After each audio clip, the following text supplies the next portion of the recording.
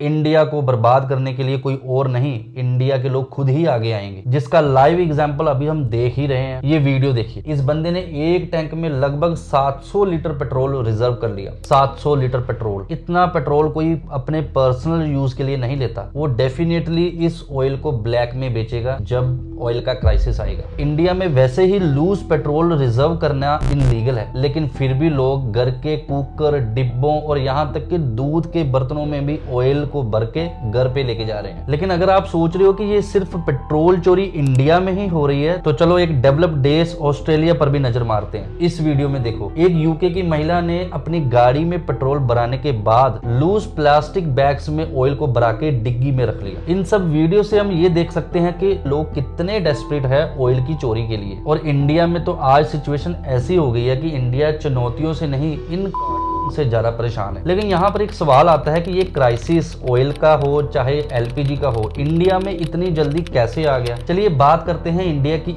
ऐसी 3 बड़ी मिस्टेक्स के बारे में जिसके कारण ये एलपीजी और ऑयल का क्राइसिस इतनी जल्दी इफेक्ट कर गया इंडिया को, जबकि इंडिया का डायरेक्ट इन्वॉल्वमेंट भी नहीं था ईरान और इजराइल वॉर में। और इन 3 मिस्टेक्स का आगे हम क्या सोल्यूशंस कर सकते हैं उसके बारे में भी जानते हैं।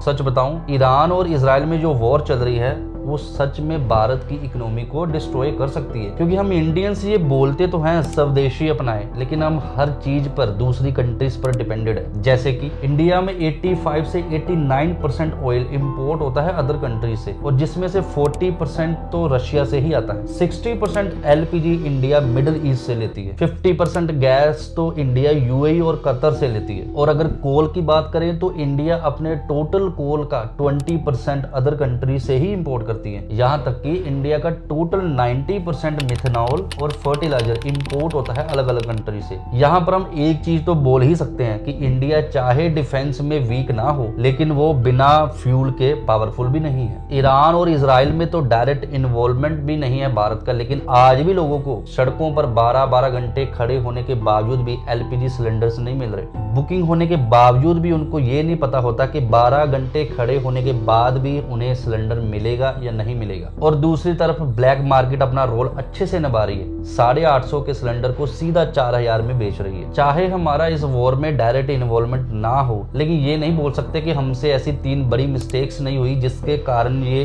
गैस का और ऑयल का क्राइसिस इतनी जल्दी इंडिया में आ गया। वो कौन सी मिस्टेक्स थी, चलिए बात करते हैं। मिस्टेक नंबर 1, हमने तो कोविड के बाद भी अपने वॉर फुटिंग्स पर स्ट्रेटेजिक रिजर्व्स नहीं बढ़ाया। पिछले 4 सालों से हमारे पास सिर्फ 75 से 80 दिन का ही फ्यूल रिजर्व होता है, लेकिन इस रिजर्व को बढ़ाने की हमारी रिस्पॉन्सिबिलिटी थी जो हमने नहीं किया। मिस्टेक नंबर 2, हमने एनर्जी इंडिपेंडेंस को देखा ही नहीं। सोल्यूशन की बात करें तो यहाँ पर एक बहुत बड़ा सोल्यूशन है बायोगैस, जिस पर हमने सिर्फ ये ध्यान दिया कि बायोगैस मिल कहाँ से सकता है, कहाँ से इंपोर्ट हो सकता है। किसी ने भी ये नहीं सोचा कि इंपोर्ट कंप्लीटली एलिमिनेट कैसे हो सकता है। मिस्टेक नंबर 3, कोविड क्राइसिस के बाद से आज तक अभी भी रोड्स में रैलीज निकल रही है, इलेक्शंस हो रहे हैं और सरकार क्लियरली ये दिखाना चाह रही है कि कुछ भी प्रॉब्लम नहीं है। लेकिन प्रॉब्लम को अगर आप छुपाओगे और एक साथ फ्यूल इमरजेंसी डिक्लेयर कर दोगे तो लोगों का गुस्सा करना जायज है। हमारी भारत सरकार को एनर्जी कंजप्शन कम करने के तरीके लाने ही होंगे, जिसकी स्टार्टिंग उनको फ्यूल वेस्ट को रोक कर करनी होगी। और फ्यूल वेस्ट को रोकना मीन्स उन सब पेट्रोल चोरों को रोकना। किसी भी क्राइसिस में ये लोग अपने असली चेहरा दिखाते हैं। पेट्रोल चोरी करना किसी के लिए भी फायदेमंद नहीं है, लीगली नुकसान है,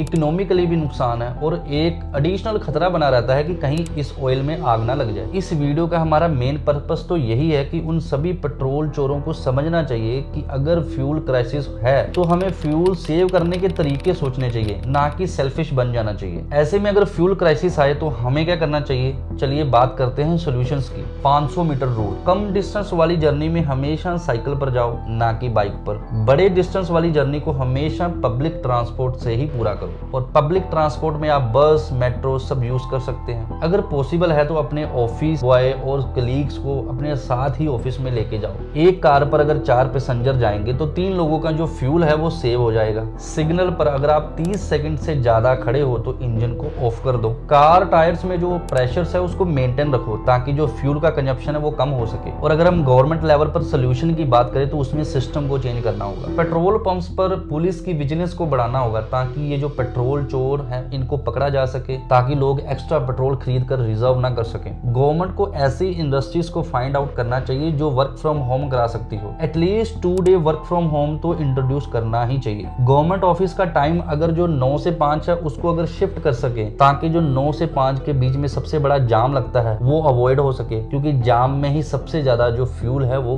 कंज्यूम होता है। शेयरिंग कैब्स का ऑप्शन प्रोवाइड करना चाहिए और मैक्सिमम ट्रैवल अगर पॉसिबल है तो ईवी ट्रांसपोर्ट से ही होना चाहिए। सेम अगर हम एलपीजी की बात करें तो उसके सॉल्यूशंस क्या क्या रहेंगे, जैसे कि कुकिंग करते दौरान हमेशा आप कवर का यूज करें ताकि जो हीट है वो वेस्ट ना हो, हीट रिजर्व हो। मैक्सिमम आप इलेक्ट्रिक इंडक्शन का यूज करें। अगर आपके गैस में रेड फ्लेम आ रही है तो सबसे पहले गैस के जो वेसल्स हैं उसको साफ करें, क्योंकि आपका जो कंबंशन है वो इनकम्प्लीट हो रहा है। आज तो ये हमें क्लियरली समझना चाहिए कि भारत एक एनर्जी डिपेंडेंट देश है। ऐसी कंडीशन में अगर हमें कोविड जैसी सिचुएशन को अवॉइड करना है तो हमें फ्यूल को सेव करना होगा, एनर्जी को भी सेव करना होगा और हमारा एक स्टेप आगे बढ़ाना होगा। इन दोनों को सेव करने के लिए हमें सेल्फिश बनना छोड़ना होगा। अगर इस वीडियो से आपको कोई वैल्यू मिली तो आप मुझे कमेंट में जरूर बताना। ऐसी रिसर्च बेस्ड वीडियोस को देखने के लिए आप चैनल के साथ जरूर जुड़े। मिलते हैं आपको एक अगली इंफॉर्मेशन वीडियो के साथ, तब तक के लिए थैंक्स फॉर वॉचिंग गाइस।